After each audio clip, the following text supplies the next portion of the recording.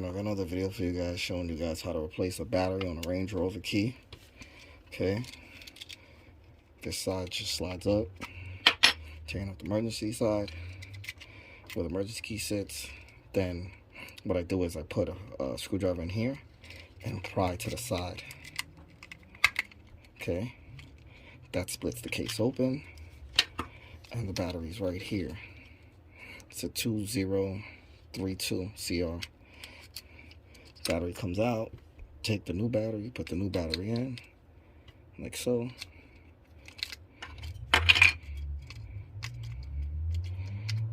Just fix this.